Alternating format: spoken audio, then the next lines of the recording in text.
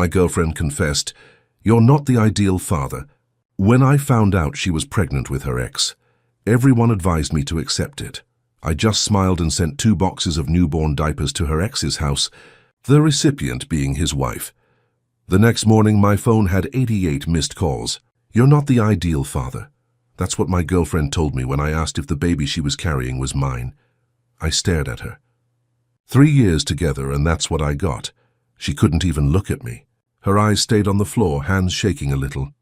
I asked again, quieter this time, "So, it's not mine?" She didn't look up.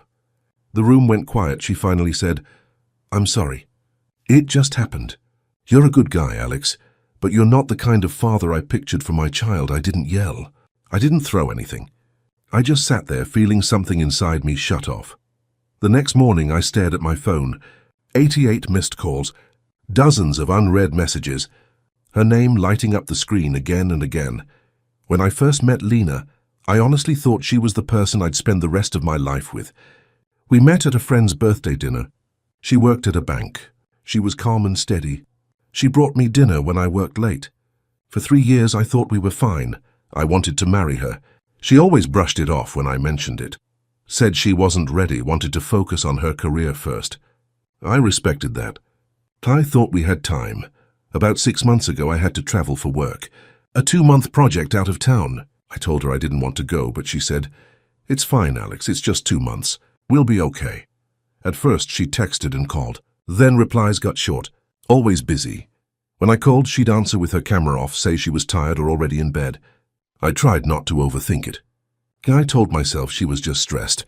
When I came back, she looked different. Not in a bad way, just softer somehow. I thought maybe she'd gained a little weight. About a month after I got back, she started throwing up. The doctor said she was 7 weeks along, which didn't add up. I thought life was finally working out. I hugged her and said, "We're going to be parents," but she didn't smile. Not really. It was this forced, half-hearted expression, like she wanted to say something but couldn't. The next few days were weird. I tried to talk about baby names, the house, marriage plans. She kept changing the subject. At night, she'd scroll through her phone and quickly turn it over when I walked in. One time she was cooking and suddenly started crying. I asked what was wrong, but she just said, "Nothing, hormones, I should have seen it." But I didn't want to know. Then came the moment that changed everything. We were having dinner, a simple meal, take-out pasta. I casually asked, "So when do you want to tell your parents about the baby?" She froze. Then she said, "We need to talk." Her voice was flat, detached. And then came that line, "You're not the ideal father." At first I thought she was joking, maybe teasing me for being overprotective. But when she wouldn't look up, I knew. When I pressed her, she said she wasn't sure who the father was. That she'd met someone when I was away for work. My mind went blank. It was her ex, Mark. The ex she once promised was out of her life for good. They'd bumped into each other, had coffee a few times, and then it happened. I didn't even know what to say. Part of me wanted to scream. The other part just wanted to disappear. I drove around for hours that night. No music, no destination. Just the road and my thoughts. When I finally went home, she was still there, sitting on the couch, crying. She said she didn't plan for it, that she was confused, that she still loved me. She said I could choose to stay and raise the baby.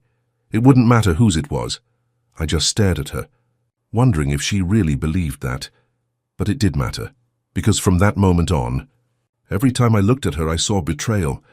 Every "I love you" from before suddenly felt fake. And yet, deep down, I still wanted to understand why. That's when she said it again, the thing that hurt more than the cheating itself. "Alex, you're a great guy, but you're not the kind of father I imagine for my child. You're steady, but with Mark I stopped thinking," I laughed. So stability made me not ideal. That night, something inside me shut down completely, and that's where the real story started. Lena tried to act normal the next morning. She made coffee, asked if I wanted breakfast, but I couldn't even look at her. I just grabbed my keys and left for work. My head was pounding. Every time I thought about her words, "You're not the ideal father," it replayed like a broken record. For a few days, I avoided home. I'd work late, sleep in my car, pretend to be busy. I didn't tell anyone at first. I didn't want to admit that the woman I loved had cheated on me while carrying someone else's child. But secrets have a way of eating you alive. One night, I finally told my best friend, Nate. We'd known each other since college. He was the one who introduced me to Lena, actually. When I told him what happened, he just stared at me, speechless. Then he said, "Man, that's rough. But maybe it's not too late. If you love her, maybe you can work through it." I almost laughed. Work through what? Raising another man's kid? He sighed. People make mistakes. Alex, maybe she's just scared. That was the beginning of what would become the most frustrating part of all this. Everyone around me started giving advice like they were experts in forgiveness. A few days later, Lena's mother called me. I didn't even know how she found out. She spoke softly, like she was comforting a child. "Alex, dear, I heard you two had a fight. I know my daughter made a mistake, but please think carefully before you throw everything away. She needs support right now. The baby needs a father," I said quietly. "That baby already has one." There was a long pause. Then she said, "You've always been the responsible one. Don't let pride destroy your future family." Future family. That hit me hard. Everyone kept talking about forgiveness, family, second chances. No one seemed to care that I was the one betrayed. At work, I couldn't focus. Every time I pictured them together, I felt sick. One night, I finally went home. She was sitting on the couch, scrolling her phone, crying quietly. "Alex," she said, "please talk to me." I didn't. I just sat across from her. After a long silence, I said, "Do you even know if it's his?" She hesitated. "I don't. Not yet." That's when I realized she hadn't even bothered to find out. She was just hoping I'd stay anyway. I asked, "When were you going to tell me?" She wiped her face. "I didn't know how. I thought maybe you'd forgive me if you knew I still loved you." I let out a bitter laugh. "You thought I'd be okay raising another man's child?" She flinched. "Alex, please, I made a mistake, but it doesn't have to end like this." But to me, it already had. For the next week, she tried to make things right. She sent long messages, cooked dinner, left notes saying, "I love you." I couldn't bring myself to respond. Every time she touched me, I felt sick. One evening, a message popped up from an unknown number. "This is Mark, we need to talk." I blocked him without replying. After that, I told Lena to move out. She said she needed a week to find a place. I agreed. We barely spoke. That weekend, my parents invited me over for dinner. I didn't plan to tell them, but my mother noticed right away something was wrong. When I finally told them the truth, my dad slammed his fork down and said, "You're leaving her, right?" But my mom frowned and said softly, "Son, don't make decisions in anger. You've built something together. Maybe it's worth saving, worth saving." Here's funny. People talk about forgiveness like it's easy, but they're never the ones who have to live with it. That night I couldn't sleep. I went through Lena's phone while she was in the shower, something I'd never done before. There they were, dozens of messages from Mark. "Have you told him yet?" "Don't stress too much. I'll handle it if he finds out. Can't stop thinking about that night, and the one that made my blood boil. Imagine how he'd react if he knew the baby was mine." That was it. I didn't confront her. I didn't yell. I didn't break anything. I took screenshots and kept them. For days, anger came in waves. Everyone said, "Be the bigger person." But being bigger doesn't mean being a fool. I didn't want revenge, just for them to feel what I did. Then one evening, while I was shopping for groceries, I passed through the baby aisle. I saw shelves full of diapers, baby bottles, pacifiers. I saw newborn diapers and smiled. The idea came to me. I didn't need to argue or explain. Just one quiet move.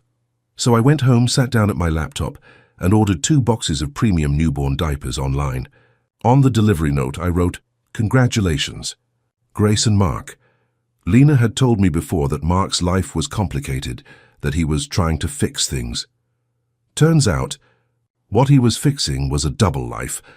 I found his address easily. His company website listed it, and his wife had once tagged a photo at that same house. The diapers were set to arrive on a Saturday morning. Meanwhile, Lena thought I was finally calming down. I acted normal, cooked dinner, asked about her doctor's appointments, even offered to drive her. She seemed relieved, maybe even hopeful, but I wasn't forgiving her. I was waiting Friday night. She fell asleep early. I checked her phone again. She'd been messaging Mark. He's quiet lately.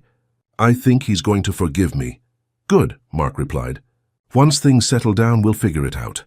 I stared at the screen for a long time before deleting the messages. Saturday morning came. Lena was out visiting her mom. I spent the day cleaning, doing laundry. Normal things. Around 4 p.m., I got a call from Nate. He sounded tense. Bro, have you seen Facebook? No, why? Grace, Mark's wife, just posted something. Screenshots of their messages are everywhere in their circle. My chest tightened. Wait, how? She found out this morning. Someone sent her a package. 2 boxes of diapers with a card saying congratulations. I couldn't help it. I laughed. Not a happy laugh, more like disbelief mixed with relief. Apparently, Grace opened the package, confronted Mark, and when he tried to lie, she went through his phone. The truth came out in the worst way possible, right there in their kitchen in front of their kids. By that evening, most of their friends knew. Lena came home, pale and shaking. She looked at me and said, "Did you do something?" I didn't answer. I just looked at her. Her phone kept buzzing non-stop. Texts, calls, notifications. She checked it once, then threw it on the couch and covered her face. "Grace knows," she whispered. "Good," I said. Her voice broke. "You don't understand." Mark's wife called my mom. "Everyone knows. My boss knows." I could lose my job. I leaned back in the chair and said quietly, "Then maybe you should have thought about that before sleeping with a married man." She started crying harder. "You're cruel." I looked at her, dead calm. "No, I'm done." That night I turned my phone off and lay awake for hours, not angry anymore, just empty. The next morning my phone showed 88 missed calls, mostly from her and unknown numbers. Nate texted. Grace found out. She checked his phone. Lena texted me again and again. "Alex, please, can we talk? You've ruined my life. I never wanted to hurt you. I'm sorry, please." I didn't respond. I went to work as usual, had coffee, finished a report. It wasn't peace exactly, just quiet. And that was enough. I didn't need revenge. The truth exposed her. As I looked at my silent phone lighting up with her name one last time, I thought about the moment this all began. That dinner, her words. That one sentence, "You're not the ideal father." Maybe she was right. I wouldn't want a kid growing up surrounded by lies anyway. The next few days were chaos, not for me but for her. Lena kept calling, texting, trying to explain, but I didn't answer. Friends started messaging me too, saying they'd seen screenshots online, asking if it was real. I didn't reply to any of them. By the 3rd day, her number was blocked. Nate told me Grace had gone nuclear. She uploaded everything. Messages, photos, even a picture of the diaper boxes with the card. The post made the rounds in their circles. Word spread at his workplace. Someone forwarded the screenshots to HR, and he was put on leave pending review. As for Lena, her boss at the bank quietly suggested she take a leave of absence. She went offline for a week, then came back with an apology post about making mistakes and learning from them. The comments were brutal. When she finally reached me through a new number, I picked up. "Alex, please," she said, her voice shaking. "I never wanted this. I know I hurt you, but you didn't have to destroy me." I said quietly, "I didn't destroy you, Lena. I just sent a package." "You knew what would happen," she shouted.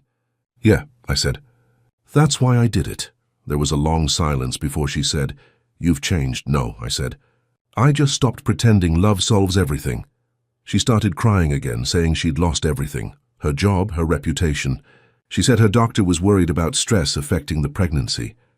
I didn't say anything. I just sat there staring out the window. After a long pause, she whispered, "I'm sorry, Alex." I said, "I know." And then I hung up. That was the last time I ever spoke to her. I moved out of the apartment a week later into a smaller place closer to work. It felt strange at first, quiet, empty, but peaceful. I started running in the mornings, eating better, talking to my parents more. Slowly, I stopped checking her profile. A month later, Nate texted me again. "She's gone. Moved to another city." I stared at the message for a moment, then turned my phone off. Sometimes people think revenge means screaming or breaking things, but for me it was silence, letting the truth speak louder than anger ever could. Half a year later, I met Claire, calm, kind. One night she asked if I wanted kids. "Someday with the right person," I said. For once, that didn't scare me. I used to think betrayal was the end of everything, that once trust was broken, you could never rebuild anything real. But maybe sometimes endings are just the clean break you need to start again. Still, every now and then, when my phone buzzes late at night, I think about that one moment, that one sentence that started it all. You're not the ideal father, but at least now I'm okay. That's enough.